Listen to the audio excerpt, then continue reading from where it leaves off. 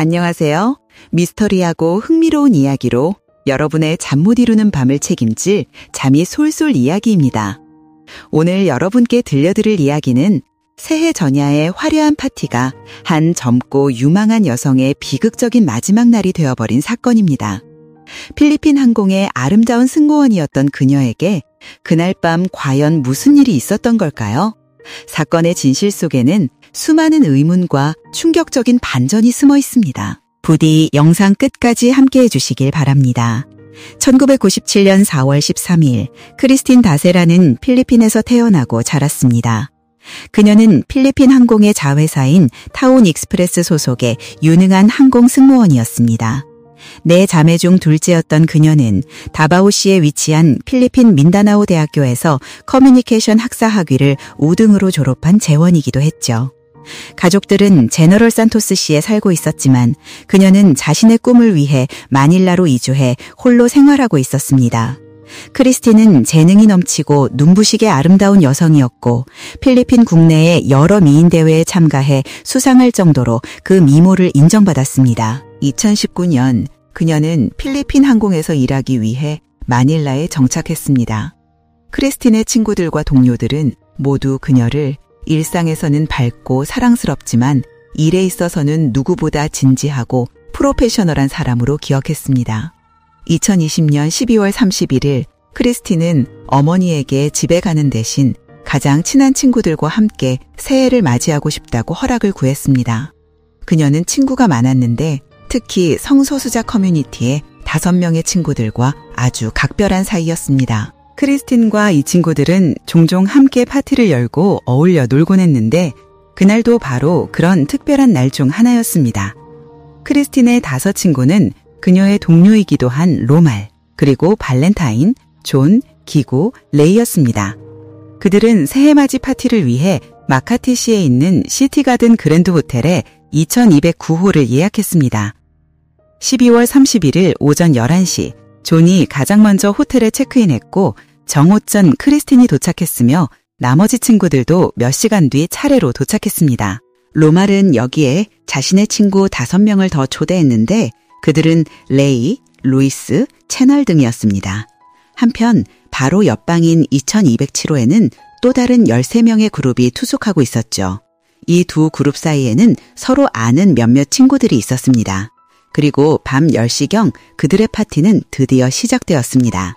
크리스틴은 콜라를 섞은 데킬라 같은 독한 술을 마시며 파티를 즐겼습니다. 당시는 코로나19 팬데믹으로 인해 모임 금지 명령이 내려진 상태였지만 이들은 호텔 매니저인 존 할릴리와 친분이 있었던 것으로 보입니다. 그는 친구들을 위해 규칙을 어기고 파티를 허락해 주었죠. 새벽 1시 45분경 근무를 마친 매니저 존 역시 이 파티에 합류했습니다. 밤 11시 21분 22층 복도의 CCTV에는 크리스틴과 친구들이 2209호에서 나와 옆방인 2207호로 들어가는 모습이 포착되었습니다. 그리고 11시 38분 크리스틴과 친구들은 다시 자신들의 방으로 돌아왔습니다. 영상 속 크리스틴은 무척 즐거워 보였고 한 손에는 자신의 신발을, 다른 한 손에는 술잔을 들고 있었습니다. 훗날 발렌타인은 2207호에 서로 아는 친구들이 있어서 다 함께 힙합 쿨에라는 파티 게임을 했고 크리스틴이 그 게임의 승자였다고 진술했습니다.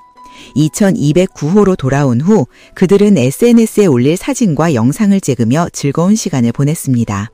새벽 12시 30분 크리스틴은 가족에게 새해 인사를 하기 위해 전화를 걸어 어머니와 한동안 다정한 대화를 나누었습니다.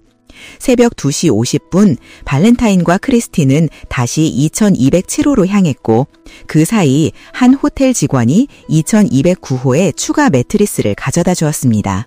단 2분 뒤인 2시 52분 크리스틴과 발렌타인은 2209호로 돌아왔는데 이때 그녀는 눈에 띄게 취한 듯 보였습니다.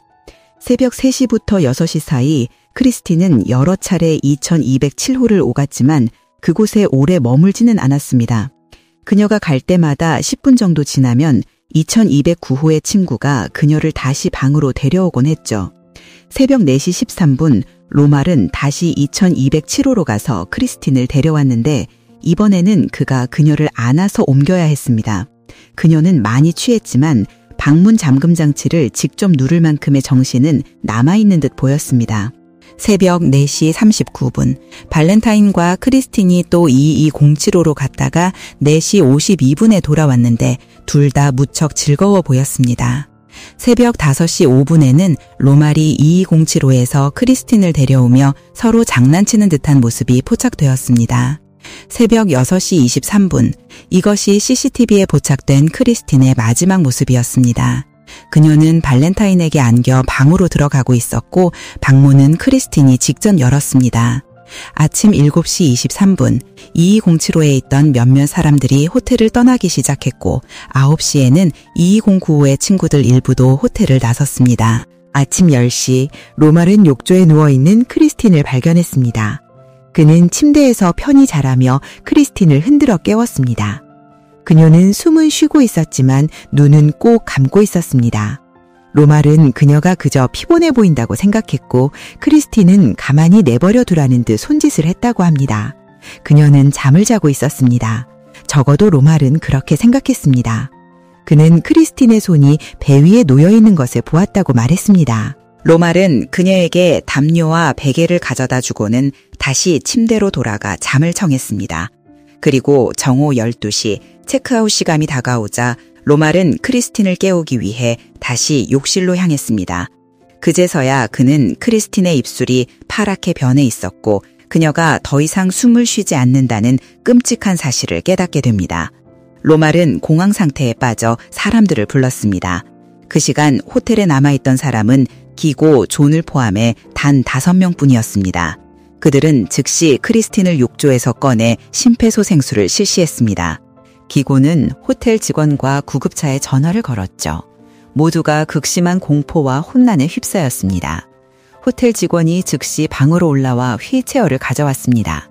하지만 이 휠체어는 발판도 없는 작은 것이었고 이미 몸이 굳어버린 크리스틴을 그 위에 앉히는 것조차 몹시 힘겨웠습니다.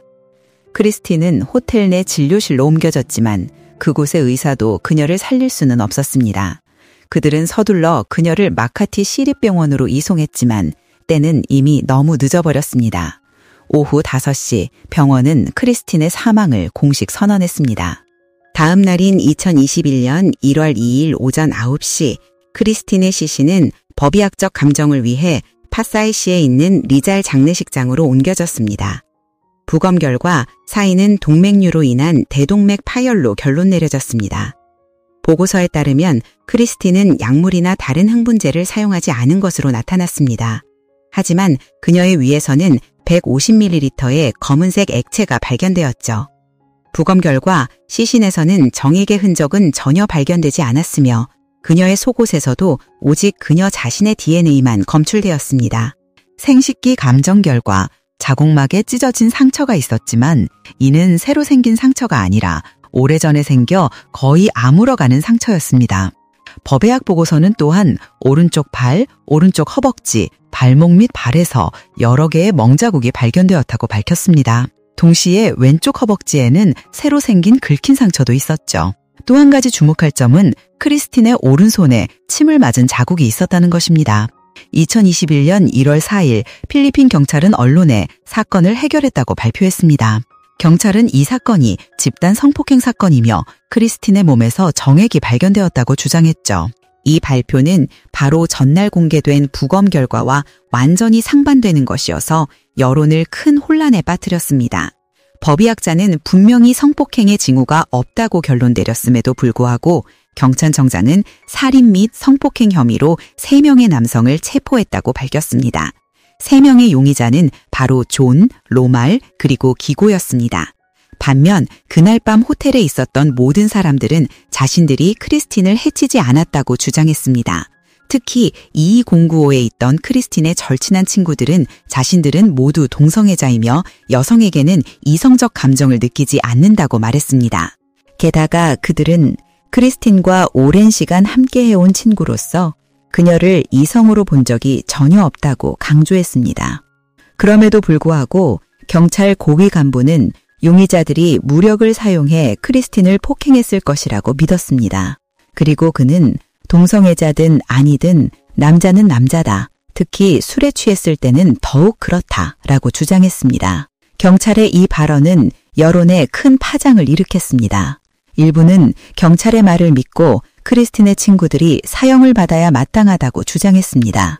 반면 다른 이들은 부검 결과와 수사 결과가 완전히 다른 허술하고 비전문적인 경찰의 일처리를 맹비난했습니다. 경찰이 너무 성급하게 사건 종결을 선언한 이 사건에는 여전히 많은 의문점이 남아 있었습니다. 또 다른 이들은 모든 잘못을 크리스틴에게 돌렸습니다. 그녀가 너무 선정적으로 옷을 입고 자신을 보호하지 못할 정도로 술을 많이 마셨다는 것이었죠. 1월 4일 SNS에는 해시태그 크리스틴에게 정의를, 해시태그 탄 멈춰, 취한 여성을 보호하라 같은 해시태그가 넘쳐났습니다. 필리핀 경찰은 또한 부검을 하기도 전에 시신을 방부 처리한 것에 대해 여론의 거센 비판을 받았습니다. 방부 처리는 독성학 연구 결과의 정확성에 큰 영향을 미칠 수 있기 때문입니다. 경찰 소령 마이클은 유족의 동의 없이 시신을 방부 처리했음을 인정했습니다. 하지만 그는 그것이 코로나19 대유행 이후에 제정된 새로운 규정이었기 때문에 따를 수밖에 없었다고 해명했습니다. 유족들은 딸이 건강상의 이유로 사망했다는 것을 믿지 않았습니다. 그들은 발표된 부검 결과를 신뢰하지 않았고 경찰에 두 번째 부검을 실시할 것을 요구했습니다. 크리스틴의 어머니는 경찰의 허술하고 비전문적인 일처리를 이유로 그들을 고소하기에 이르렀습니다. 크리스틴의 어머니는 딸의 몸에 남은 멍들을 보며 이것이 끔찍한 사건의 증거라고 굳게 믿었습니다. 하지만 친구들의 설명은 전혀 달랐습니다. 그날 밤 크리스틴은 그야말로 만취 상태였고 비틀거리다가 새벽 3시 반부터 아침 7시까지 계속해서 구토를 했다는 겁니다. 화장실 바닥에 오랫동안 무릎을 꿇고 구토를 했기 때문에 무릎에 멍이 들었을 것이고 옷과 머리카락에 온통 토사물을 쏟아낼 정도로 정신을 차리지 못했다고 합니다. 친구들은 그런 크리스틴을 욕조에서 씻기고 가운을 입혀주었지만 그녀는 침대 시트를 더럽히고 싶지 않다며 침대 대신 욕조에 눕겠다고 고집을 부렸습니다. 친구들은 크리스틴의 허벅지에 있는 멍은 그녀가 비틀거리며 욕조 안으로 들어가려다 생긴 상처일 수 있다고 설명했습니다. 또 다른 허벅지에 긁힌 자국은 이미 몸이 굳어버린 크리스틴을 수레에 옮겨 싣는 과정에서 수레 손잡이에 긁혀 생긴 상처라고 주장했죠. 하지만 어머니는 이 모든 해명을 전혀 믿지 않았습니다. 딸은 젊고 강강했으며 항공사 승무원으로 일했기 때문에 정기적으로 건강검진을 받아왔다는 것이었죠. 건강에 문제가 있었다면 절대 비행을 할 수 없었을 거라며 강하게 반박했습니다. 심지어 어머니는 크리스틴이 방에 들어가기 전 밸런타인과 입을 맞추는 CCTV 장면을 지적하며 그 행동이 남자들의 검은 속셈을 자극한 것이라고 주장했습니다. 이에 밸런타인은 크리스틴이 먼저 다가와 입을 맞춘 것이었고 그저 술김에 나눈 찰나의 입맞춤일 뿐이었다고 해명했습니다. 또 다른 영상에서는 존이 크리스틴을 안아서 방으로 옮기는 모습이 포착되기도 했습니다. 한 인터뷰에서 존은 크리스틴이 너무 취해서 계속 구토를 하는 바람에 그녀를 2207호로 데려가기 위해 여러 번 방을 오가야만 했다고 설명했습니다. 그리고 1월 11일에 발표된 법의학 보고서는 사건의 진실에 한 걸음 더 다가가는 결정적인 단서를 제공했습니다. 바로 크리스틴의 심장 무게가 500g으로 정상인의 심장 무게인 300g보다 훨씬 무거웠다는 사실입니다. 이는 그녀가 진단받지 못한 채 오랫동안 고혈압을 앓아왔다는 증거였습니다.